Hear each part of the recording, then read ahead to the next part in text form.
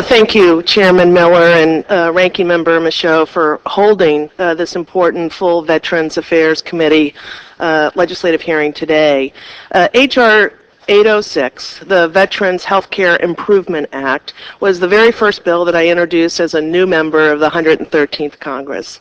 I'm grateful that the full committee is considering this important legislation. As ranking member of the subcommittee on health, I believe as we all do, I believe it's vitally important to ensure adequate funding for veterans' health care programs. I am sure the committee knows in 2006, 2007, and 2008, the prior administration's budget request for VA health care was not sufficient to meet the needs of our veterans. The funding shortfall in those years forced Congress to provide supplemental appropriations to ensure the VA would have sufficient funds to continue to provide basic health care services to our nation's veterans.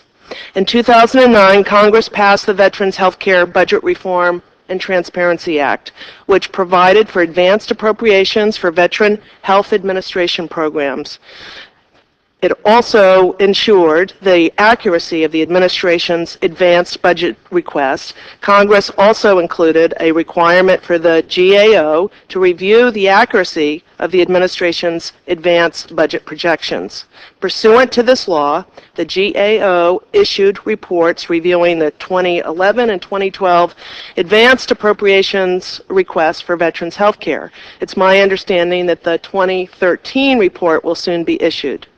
The GAO report has helped Congress and this committee to evaluate the accuracy of the administration's budget projections. It also ensures the VA is functioning based off of accurate information.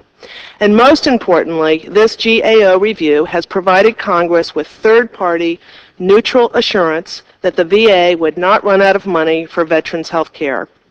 Unfortunately, this GAO reporting requirement is scheduled to sunset at the end of the calendar year. While the GAO reviews have largely confirmed that the current administration is budgeting sufficient sums for veterans' health care, I am concerned that without this review, future budget projections could be inaccurate and risk our ability to adequately meet the health needs of our men and women veterans. We owe it to our current and future veterans to ensure the VA never again runs low on resources to provide health care to our veterans. They risked their lives to serve our country. Our job is to ensure that we take care of them at home.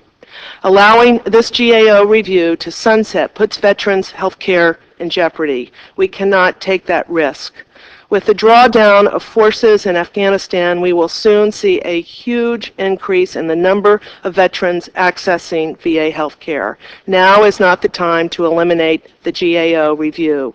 That is why in February I introduced H.R. 806, which makes permanent the requirement for GAO to review the accuracy of advanced appropriation requests for veterans health care.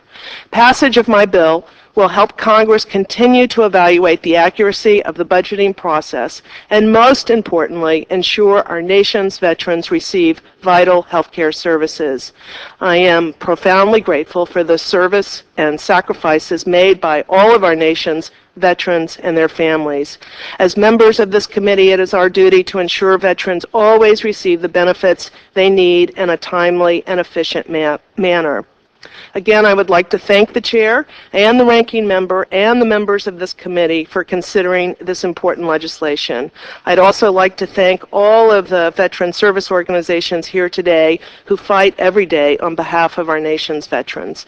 I look forward to discussing this legislation further and happy to answer any questions, and I yield back.